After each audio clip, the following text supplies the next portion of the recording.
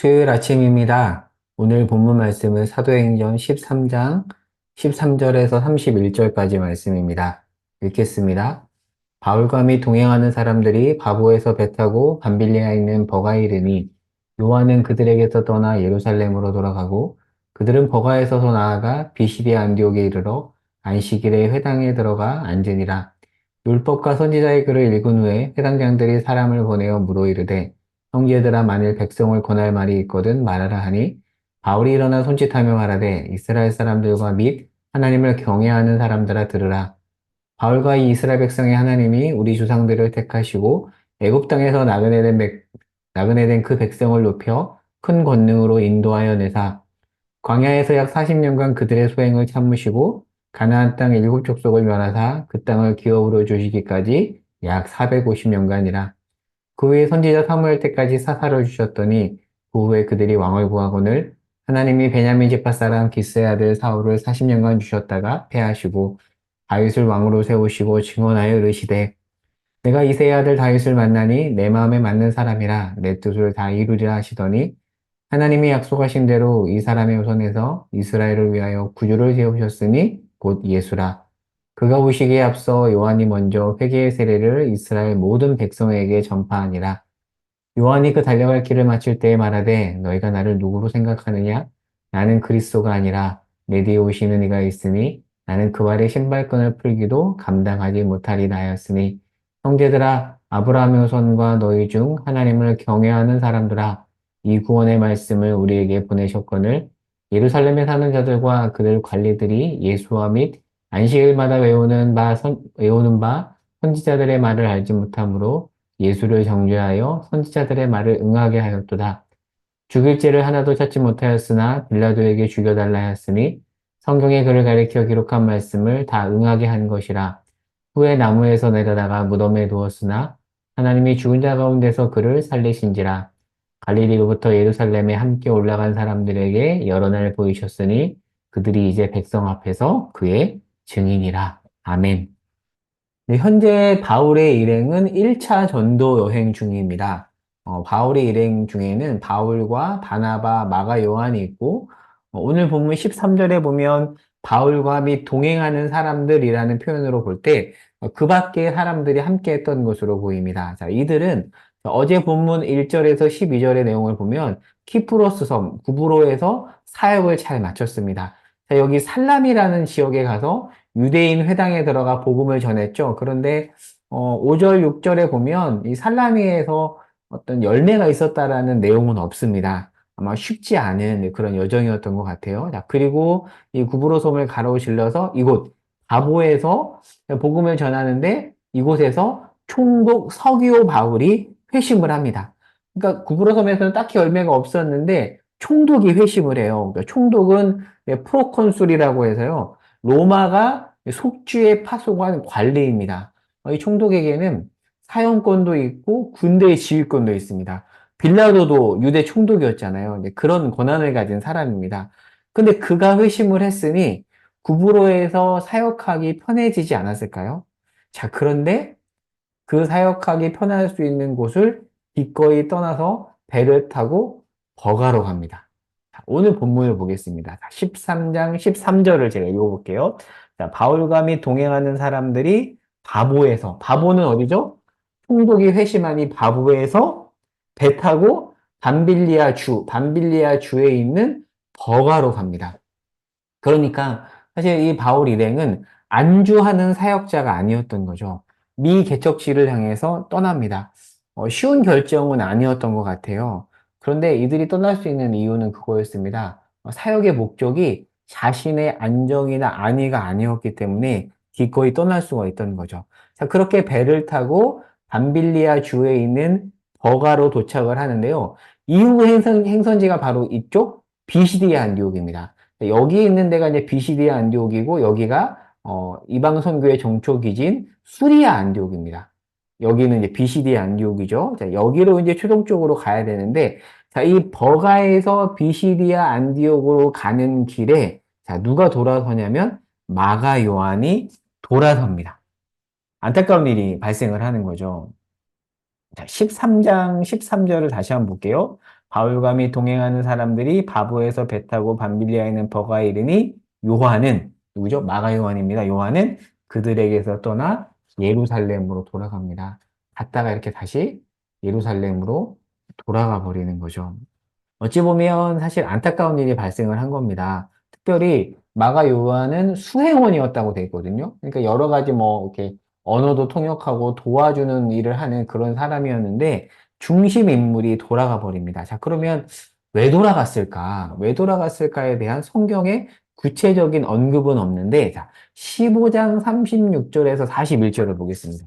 사도행전 15장 36절에서 41절 내용은 2차 전도 여행 출발 때 내용인데요. 자, 2차 전도 여행을 다시 수리 안디옥으로 돌아와서 출발할 때, 자, 36절 볼게요. 며칠 후에 바울이 바나바더러 말하되 우리가 주의 말씀을 전한 각성으로 다시 가서 형제들이 어떠한가 방문하자 하고, 그러니까 2차 전도 여행은 1차 전도 여행 때 갔던 이 지역을 다시 방문하는 것으로 시작하거든요. 다시 방문을 하자. 그런데 37절에 15장 37절 바나바는 마가라는 요한도 데리고 가고자 하나 38절 바울은 아니다. 자기들 떠나 함께 일하러 가지 아니한 자를 데리고 가는 것이 옳지 않다라고 하면서 둘이 39절 심히 다투어서 갈라져 버립니다. 자, 방금 읽었던 38절에서 마가를 뭐라고 말하죠? 함께 일하러 가지 아니한 자라고 이야기를 하고 있습니다. 자, 왜 돌아갔는지에 대한 이제 여러 추측이 있습니다. 뭐 몇 가지 그럴듯한 합리적 추정을 좀 살펴볼게요. 자, 이제 이 버가에서 비시디아 안디옥으로 가는 길에 마가 요한이 돌아간 건데요. 이쪽 가는 길에 3,000m 해발의 타우르스 산맥이 있고, 그리고 그 산맥 가는 이 험한 길 쪽에는 산적대들이 굉장히 많이 있었다라고 해요. 그래서 일부 학자들은 이렇게 높은 산맥과 산적대 때문에 겁을 먹고 마가 요한이 돌아갔다라고 말하는 학자도 있고요. 그리고 일부 학자들은 뭐라고 말하냐면 마가 요한은 바나바의 생질이잖아요. 생질은 조카일 수도 있고 사촌일 수도 있는데 아무튼 친척입니다. 자, 근데 바나바의 친척 마가가 볼 때는 지금 주도권이 바울에게 넘어간 거예요. 그걸 보고 못마땅해서 돌아간 걸 수다라고 보는 학자들도 있습니다. 자, 어찌되었든 돌아갑니다. 자, 그런데 지금 바울 일행은 지금 두 가지 난관이 있었던 거죠. 지형적 어려움과 핵심 멤버의 낙오, 돌아감. 그냥 사람이 돌아가는 것이 아니라 뭔가 더 다툼을 일으키고 분위기를 해치면서 돌아간 거잖아요. 그럼에도 불구하고 이 일행은 비시디아 안디옥으로 갑니다. 자, 이곳은 이제 비시디아 안디옥은 갈라디아 주에 있는 도시 중에 하나예요. 우리가 신약 갈라디아서 했을 때 이제 갈라디아서는 갈라디아 교회들에게 보낸 편지인데 갈라디아 교회들은 말 그대로 교회들입니다. 갈라디아 주의 1차 전도여행 때 세워진 교회들인데 그 중에 한 도시가 비시디아 안디옥이고 그 밖에 또 어떤 도시가 있는지 아세요? 이후에 가는 루스라, 이고니온, 더베 이런 어떤 지역에 세워진 교회들이 바로 갈라디아 교회들입니다. 자, 그렇게 이런 난관을 뚫고 바울 일행은 갈라디아 지역에 복음을 전하고 교회를 세웁니다. 자, 그런데 일부 학자들은 마가 요한이 돌아간 것에 대해서 이런 추측을 하기도 하는데요. 저는 이게 좀 맞다라고 개인적으로 좀 보는데요. 구브로에서 성공적인 사역이 있었잖아요. 왜요? 서기오 바울이 회심했잖아요. 총독이 회심했잖아요. 그런데 앞으로 이 성공적 사역의 토대가 될 이곳을 그냥 떠나간 것에 대해서 불만을 품었을 수 있다. 왜요? 바나바의 고향이 구브로고 마가는 바나바의 친척이잖아요. 연관된 도시란 말이에요. 안정된 곳을 그냥 떠난 것에 대한 불만을 품었을 수도 있는 거죠.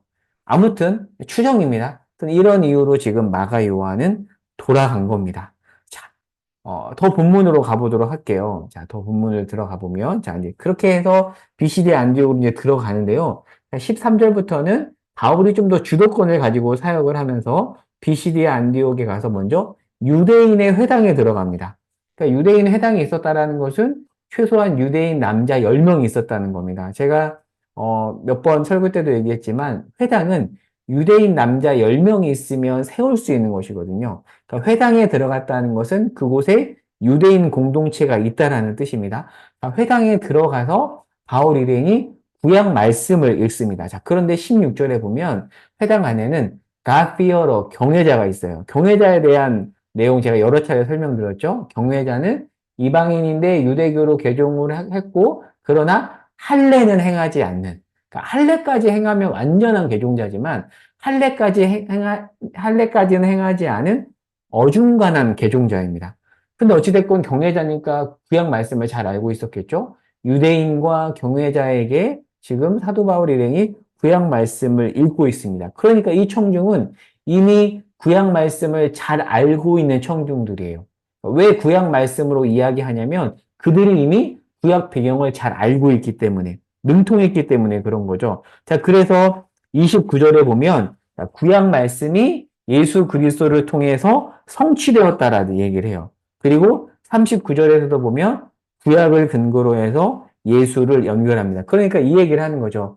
너희가 알고 있는 그 구약 말씀이 결국에는 예수 그리스도와 연결이 된다라는 얘기를 합니다. 나중에도 좀 보겠지만 이후에 루스라에 가서는 이 얘기를 하지 않아요. 왜냐하면 루스라에는 유대인이 없었거든요. 그리고 아덴 지역에서도 이런 얘기를 합니다. 안 합니다. 왜냐하면 아덴에는 유대인이 없었기 때문입니다. 그러니까 바울 일행은 청중에 따라서 다른 접근법으로 복음을 설명하거든요. 이 부분에 대해서는 한번 나중에 좀 자세히 언급을 하도록 하고요. 오늘은 이제 이 부분은 여기까지만 이제 이야기하고 말씀을 정리해 보도록 하겠습니다. 바울 일행이 총독이 회심한 구브로에서 배를 타고 버가로 넘어갔을 때 마음이 어땠을 것 같으신가요? 이거는 제 추정인데요. 서기오 바울이 구브로에서 가지 말라고 했을 것 같아요. 그런데 이들은 기꺼이 떠나죠. 야, 남아있으면 내가 이제 복음 전파할 때 내가 여러 가지로 협조할게. 여기 있어. 그러면 좋은 열매 많이 나타날 거 아니야. 그런데 이들은 떠납니다. 자, 그리고 성경 말씀에 보면 버가에서 비시디아 안디오로 갈 때 길이 험하다고 하는데요. 자, 말씀 한 구절 찾아보겠습니다. 여기 써놨는데 고린도 후서 11장 26절 말씀을 보겠습니다. 고린도 후서 11장 26절 바울의 말인데 읽어볼게요.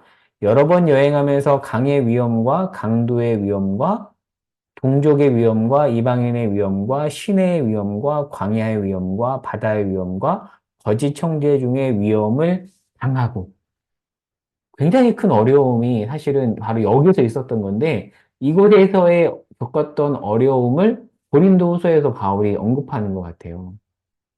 그러니까 지금 사도 바울이 구브로에서 버가를 넘어서 이제 버가에서 비시디아 안디오로 갈 때 이런 어떤 환경적인 어려움도 있었고요. 마가 요한이 이탈하는 어떤 사람으로부터는 어려움도 있었던 거죠. 개척교회 목사들한테 질문을 합니다. 개척을 준비할 때 하고 이제 개척을 할 때 약간 웃긴 질문일 수 있는데요. 그러니까 개척하는 목사한테 이런 질문을 합니다. 3억 그리고 5명 둘 중에 하나 뭘 택할래? 그러면 대부분 뭐를 택하냐면 그러니까 개척 지원금 3억과 사람 5명 둘 중에 뭘 택할래? 대부분 5명을 택한다고 합니다. 무엇을 의미하냐면 그만큼 사람이 귀하다라는 거예요. 사람이 귀하고 사람이 또 떠나면 그 귀한 사람이 떠나면 오는 어떤 그런 낙심도 정말 크다라는 것을 여기서 알 수 있죠. 저도 이렇게 부서 사역을 하면서 중간에 갑자기 이렇게 사람이 떠난 적도 있었거든요. 근데 꽤 오랜 기간 잠을 잘 자지 못했어요. 이렇게 함께 했던 사람이 떠나는 것, 그리고 함께 했던 사람과 뭔가 멀어지는 것은 사실 굉장히 어려운 일입니다. 그러니까 환경의 어려움, 그 산맥 어떤 그런 강도의 위험, 그것보다 더 어려운 것은 내부에서 겪는 관계의 어려움, 사람과 헤어지고 떨어지는 것. 이게 사실은 더 어려운 일인데 지금 바울과 바나바 일행이 겪었던 일이 그 일이었다라는 거죠. 마가 요한이 떠나버리는 일. 그런데 이 일행은 그 아픔을 가슴에 안고 사명의 길을 가죠. 저도 이제 개척을 하면서 제가 가야 될 길이 이 길이라는 것을 늘 이렇게 절감을 하거든요. 어려움이 있더라도 그것을 안고 가야 된다. 그런데 이런 어떤 성경 말씀을 읽으면 위로가 돼요. 아, 이들도 이렇게 갔구나. 그러니 나도 가야 되고 갈 수 있겠다라는 생각이 듭니다. 자, 그리고 두 번째 정림이 적용인데요. 이들은 안정된 총독이 회심한 곳을 기꺼이 떠나죠. 제가 전에 교회를 섬기면서 이제 아내에게 참 미안하지만 늘 했던 말이 있어요. 제가 이제 전에 교회에서 사택을 정말 여러 번 옮겼었는데, 마지막 있었던 사택은 오래된 30평 아파트였어요. 사실 뭐 제 형편으로는 감히 이렇게 거주할 수 없는 곳인데, 사택이니까 제가 임시 거주했던 거죠. 근데 사택에 살면서 늘 아내한테 했던 말이 있어요. 여보, 짐 늘리지 말자. 그래서 정말 지금도 아내한테 미안한데 건조기도 사지도 않고 침대도 사지 않고 그러니까 그거를 사는 게 잘못됐다는 게 아니에요. 오해하지 마세요. 왜 안 샀냐면 이제 아내한테 했던 말이죠. 미안하지만 우리가 앞으로 이보다 넓은 집과 이만한 크기의 집은 우리 살 수 없다. 그러니 짐을 늘리지 말자. 그리고 또 하나 언제든 가라고 하면 가볍게 떠날 수 있도록 그렇게 살자. 사실 그 마음은 지금도 같아요. 인간적으로는 미안하죠. 미안한 마음도 있지만, 그러나 그 마음을 가지고 살아갑니다. 짐을 가볍게 언제든 주님이 가라고 하면 갈 수 있는 사람으로. 그런 나그네로 살고 싶습니다. 저는 목회자로서 그렇게 살고 싶은데, 바울과 그 일행이 어찌 보면 오늘 본문에서 보여준 삶의 모습이죠. 네, 오늘은 열린 결말로 말씀을 맺으려고 합니다. 오늘 말씀을 통해서 각자 깨달은 바가 있다면 네, 그 부분을 가지고 묵상하며 기도했으면 좋겠습니다. 기도 제목이에요. 각자 말씀을 통해 깨달은 바를 가지고 묵상하며 기도하고 또 그 밖에 개인 기도 제목을 가지고 또 기도하며 하루를 시작하겠습니다. 제가 기도하고 마치겠습니다. 하나님, 바울 일행 가운데 있었던 어려운 그 벽들을 보았습니다. 환경의 어려움, 사람으로부터는 어려움. 그러나 그 어려움에도 불구하고 묵묵하게 사명의 길을 갑니다. 주님, 어려움 속에서도 주께서 명하신 그 길을 기꺼이 기쁨으로 믿음으로 걸어갈 수 있도록 인도해 주시옵소서. 예수님의 이름으로 기도합니다. 아멘.